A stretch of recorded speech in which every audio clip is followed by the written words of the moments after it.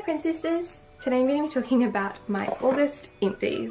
I have so many empties that I have made in the last 3 months, it was ridiculous, so I decided to do my empties today. So let's start off with skincare as usual. I have a couple of makeup removing items that I have finished up. The first one is the Skinfood Watermelon Embossing Cleansing Tissues. These are just makeup wipes, but they smell like watermelons, which is amazing, and I loved the scent of it. It smells a lot like the good old standard watermelon impulse that you probably would have used as a teenager if you were in New Zealand. So it was a very nostalgic smell for me. These remove makeup very averagely, so I never really use them on my face at all. Instead, I pretty much use these solely for arm swatches for blog posts. They were really nice though. The tissue was really soft and it did remove the makeup alright, but it's just not something that I would use on my face unless I was using it solely on my base makeup, because it didn't really remove mascara and it didn't do a very good job on removing lipstick. So these are probably not something that I would purchase again, but I did enjoy using the box of them. I also finished up the Etude House Mascara Remover, which is a one-shot clean product. This mascara remover was actually pretty good. It did remove my mascara really nicely and gently. Other than being good at removing mascara and lipstick, there isn't really very much to say about this. It's one of those very sort of average products where, yeah, it's good, but it's not really interesting. Would I buy it again? Probably not, only because there are so many other makeup removers that I have yet to try. I don't think this was astoundingly good enough for me to repurchase, but I did enjoy using it. The next products are 2 cleansers. I have a foaming cleanser and an exfoliant. This is the Hado Labo Gokujun Cleansing Foam, and this was really pleasant to use. It cleansed my face really nicely. It has a moderately low pH, and it didn't make my face feel dry or anything like that, so it was a really nice product to use. Again, not that interesting, but this is something that I would probably repurchase because finding a good low pH cleanser is a little bit hard, and this one was quite a cheap one, which is really nice. My other cleanser is the Body Shop Vitamin C Facial Cleansing Polish. I had this for so long because I just didn't use it, because I didn't really like it. I'm so sorry, Body Shop. I like your products, but I don't like this one. In general, I just don't think that this had enough scrubby bits to give my skin a good scrub. If you have skin that doesn't really like being exfoliated, then this probably would be a good product for you, because it is quite a thick gel with very sparse little beads inside of it. But it just didn't really do much for my skin. It kind of didn't exfoliate and it didn't really cleanse because it didn't foam that much because it's a gel, so it was a bit below average for me, and this is not something that I would repurchase. I also finished up a bottle of the Etude House Nail Remover, which came in a gift pack with the Mascara Remover. Now, I like this one much more than I like the Mascara Remover because it smells like peaches, which is really weird for a nail polish remover because usually they smell like acetone and death. But the peach smell is really nice. It's really gentle on my nails and it gets off glitter nail polish, and if I soak it, it'll even soak off my gel nails. So I'm already halfway through another bottle of this, and I need to repurchase like 10 of them next time because like it's almost a holy grail, but it's too boring to really talk about as a holy grail because it's a nail polish remover. I mean, do you guys want to see a review on that? Let me know. For the body, I also finished off my bottle of the Comforter from Lush. It smells so good. It's like a mixture of blackberries and vanilla, and it's just great. Of course, being a body wash or a shower cream, this is horrendously boring to talk about, but it smells really good, and I mean, I guess it cleaned my body really well. I don't know, how do you judge? How do you review a shower cream? But if you like the smell of blackberries, this is definitely something to pick up, and I would definitely buy another one of these. Of course, I have some masks to show you, so I have finished up my box of 10 of the My Beauty Diary Bird's Nest mask, which I should have a review either out already or coming soon, but I also finished up one of the My Beauty Diary Royal Jelly Mask and the Benton Snail Bee High Content Mask Pack. The names are really confusing sometimes. Of course, with the My Beauty Diary Bird's Nest masks, I really like these, and I used up the whole box relatively quickly and did a review on them because I liked them so much.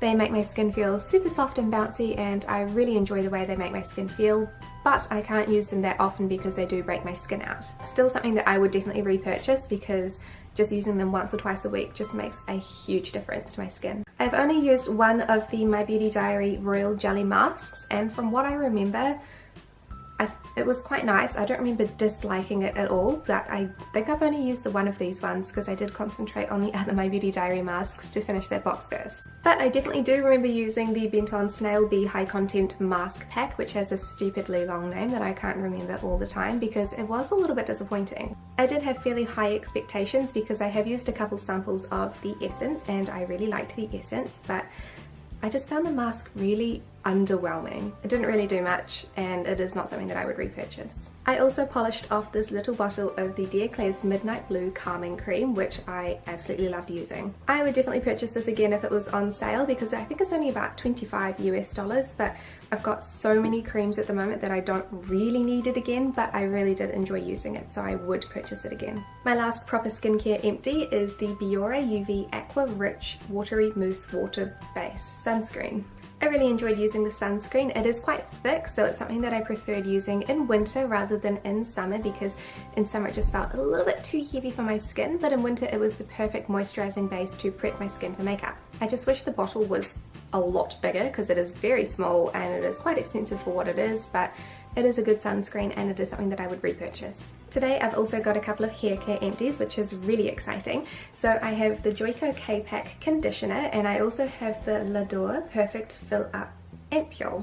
The Joico conditioner is at the moment pretty much my holy grail for hair conditioning because it makes my hair feel so silky and soft and it makes it look really nice and nourished. I actually got this as one of my Christmas presents from my brother and his fiance, so that was really kind of them and it was something that I really wanted to try for quite some time, but it was quite pricey for a conditioner. And since I've only just finished this, I think I finished this in June, so it took me 6 months to finish this 300 milliliter of conditioner. Needless to say, I did repurchase this, but I repurchased the Big Pump Top, which is a 500 milliliter conditioner because I love it so much.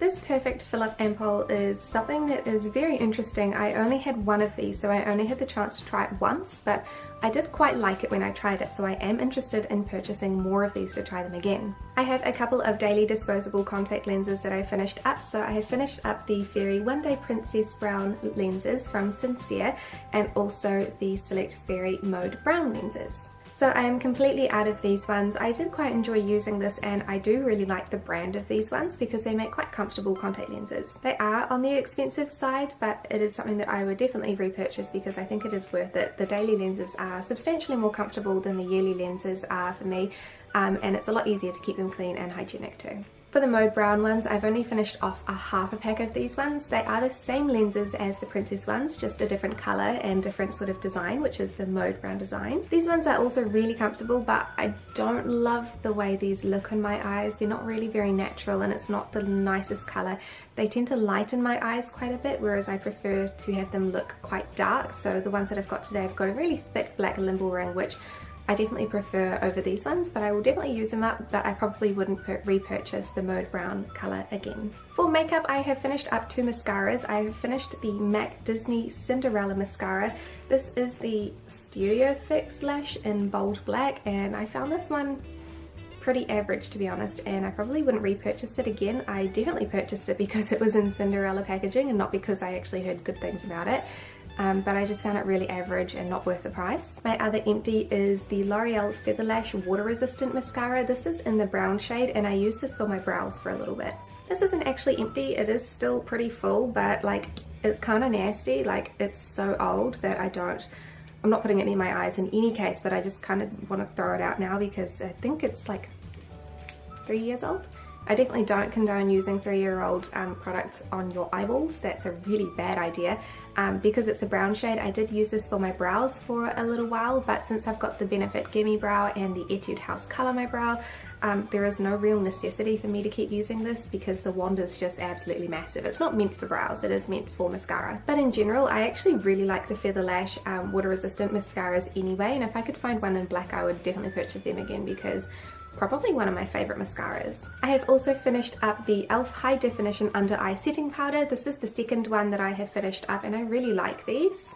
At the moment I'm getting by with just using my Skinfood powder underneath my eyes. It's not the most ideal, but I don't really want to spend $10 on a little pot of powder that does pretty much the same thing. It's a good product, but it's pretty expensive for what it is, and I want to try some other options before purchasing another one of these. My last empty is the W Lab Honey Bean Cushion. I used this pretty much throughout the entire summer because I loved the way that this made my skin look, and it was just slightly too dark for my skin even in summer, so I knew I wanted to use it up before summer was finished because it won't fit my winter skin.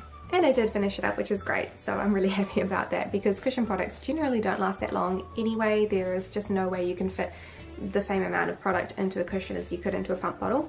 I really enjoyed using this. I like the coverage, I like the texture, but I don't like the color, and this is the lightest shade that it does, so I probably wouldn't repurchase this just because I can only use it during the summer, so there is really no point in purchasing something like that. But I will be cleaning out the cushion compact and hopefully making it into a DIY cushion to show you guys a little bit later. And those are all of my empties for August. Thank you so much for watching this video. I hope you enjoyed it, and I will see you next time.